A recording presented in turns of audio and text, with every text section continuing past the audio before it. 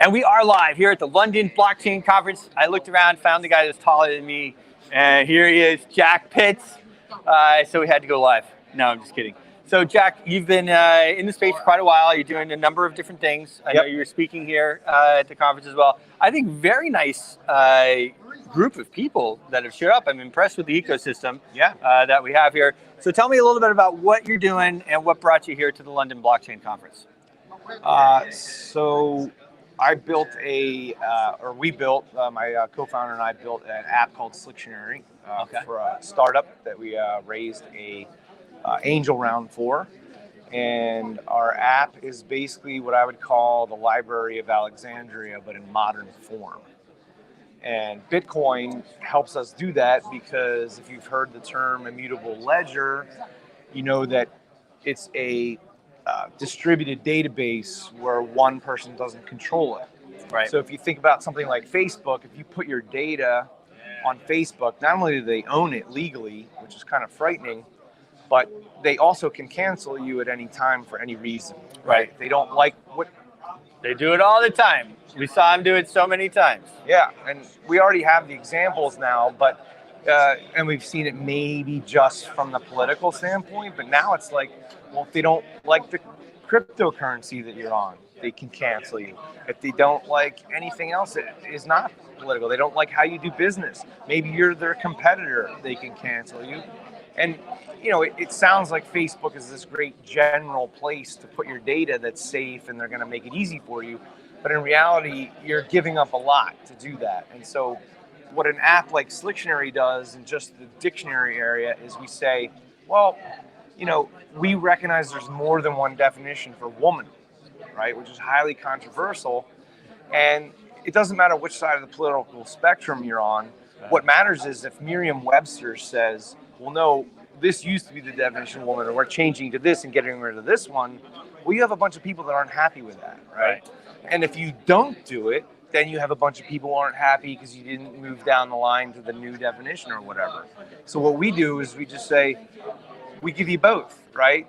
The definition of woman is different for you than it is for me, and we respect that, and we put that, your definition, what you think it is, on a coin and let you have it in your wallet so that we can never delete it. We have no say. You have the say. And what governs it is not our opinion of whose definition of woman is. What governs it is it economic? And so let me give you an example. I don't know what the most popular definition of woman is in the world, but on our dictionary, I do know, right? And in the world, you might think if you're on Twitter or Facebook and some of the social media, that there's just enormous arguments and they're very loud and saying, no, this is the new definition of woman. You might think that it's 50-50, this belief as to the new definition. And it turns out that that small minority that's maybe only 1% is actually as loud as 50%. But if you force them to vote and made them pay a little bit of money to put their opinion out there, it would turn out it may look like 99% you have this definition and only 1% like this definition. Yes. Now that is profound because it's like, put your money where your mouth is. Are you just really loud? Or is this what people believe is the truth? And in the English dictionary world, the English language changes, definitions change, and it changes not based on what Merriam-Webster says or the OED, it changes based on our conversation. When you and I agree on the definition of woman, or even when we disagree, that is where the language changes. And that is not it is not a fact book. It's a dialogue. It's a popularity contest more than anything. And we want to give that power back to the people and say, hey, we don't decide, you decide what the definitions mean, right? And so that's what it's all about. And so Craig Wright just walked by. We had Craig Wright on the show when he was in Dubai a little while ago. And so I was waiting to see if he had some recognition, but he didn't as he walked by. I don't think he knew we were on a podcast. He's like, why are these people talking that way? Talking that way, yeah. So Craig Wright is obviously he's the big guy behind this whole system that you have here.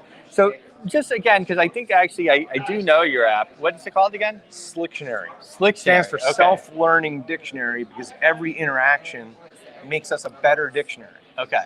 So we get more definitions, we get more opinions, more votes, and economically the dictionary improves with competition. We're a competitive dictionary. That's pretty Competitive internally. I mean, we're also competitive with the other dictionaries. Of course. Yeah. Yeah. It was so funny because dictionaries, right? That used to be, I mean, when we were kids, right? You had your dictionary. And then you had like Fact book. Yeah. One dictionary. definition. Yeah. You had the encyclopedias and you had the whole bit. And now, of course, it's so easy to change everything. You just like some pencil pusher somewhere decides, okay, this is the new deal, and then everything is just changed. And you don't have those old renditions. I mean, it's really crazy society that we live in now. It's insane, and it's almost so bad that I feel like an outcast for being objective about everything. Oh yeah, no, you are. My crew will love it, but yeah, But I mean, I feel like if I say like, well, we're fair and that we present both definitions of woman, both sides are going to hate us. They're going to go, well, no, you should only have this one. Yeah. And the other, so that's actually my main concern: is does the world want to be fair? Right. And if they want to be fair, then stop using other dictionaries and bear the early adopter pain with us. And when you use ours, you'll be supporting an organization that truly believes that you deserve your say and you deserve to own your information. And by the way, when you own your definition and you're an expert at podcasting, right? I'm telling you, a bunch of other stuff too. Yeah, podcasting is just a small thing. Yeah. It's my lost leader. But since you do it, you know more about the definition of podcast or podcaster than the guy up the street in Cambridge who's writing the definition for $400,000 a year for podcasts. Yep. That may not even be in the dictionary yet. Right. But you could put your definition in our dictionary tomorrow and start earning money.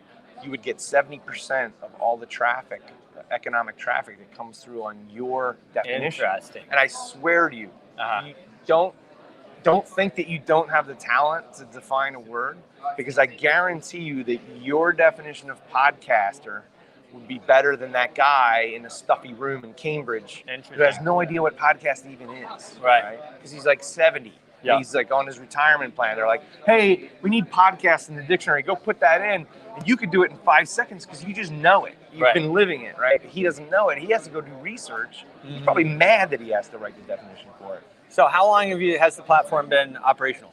So we have been around since 2020 in like a kind of alpha form where, bear with us. We have lots of glitches and problems. And we wanted to do that on purpose to let people try it because people get excited about BSB apps. That's the way we roll. Yeah. People want to try Bitcoin apps, and we wanted to support that. So we weren't ready to kind of come out of beta until about the last 3 months. So we're just starting to market the dictionary, and we'll be releasing the mobile app this year so that you can use it right out of your pocket. Pretty cool. So what is the website? It's slictionary.com. It stands for Self-Learning Dictionary. So it's SL and then the rest of dictionary, Ictionary. Slictionary. Yep. So slictionary.com. And go ahead. And you can make money right now without having ever known what a cryptocurrency is. You just go to slictionary.com. You hit the WB button next to the search bar or word bounty. It'll take you to this page where we have contests that are anywhere from, I think our record was $500 for world domination, $100 for conference, all the way down to a penny. And if you write the definition and submit it, all we ask is your email so that if you win the contest and you have the best definition, it's sort of like American Idol, but not singing, it's writing definitions, like geeky stuff. And if you win the contest, we email you and say, hey, we'd like to pay you now. Get yourself a Bitcoin wallet so we can send you the money. Nice. Yeah, so we don't need anybody to care about cryptocurrency. We just want you to care about the fairness of words and be the protectors of the English language. Come in, make money defining words. And you can make money and do it in a very new, geeky, microtransaction way that's never been around before. Very cool. So where do you go from here? What does the next few months look like for you before Bitcoin goes on its next big run? Yeah. Well, we're raising a seed round right now, and we're going to use probably about half of that for marketing. We're going to start to find the proper people. I mean, is it the English people? Is it the tech departments of universities that will want their students to participate in this new e-learning game where you learn by defining words? And that's a great way to learn. I don't know who said that, but the best way to learn something is to try and teach it. It's so true. Yeah. So we would love to get into some schools. Teachers don't really understand because they kind of wonder why we're using money in their school system. It's not something that they're familiar with. They usually try and keep the kids away from commercial stuff. Yeah. But this is commercial stuff that incentivizes you to learn, to research, and to use a computer, and actually just learn about money. And so we're using Slictionary in our co-op homeschool.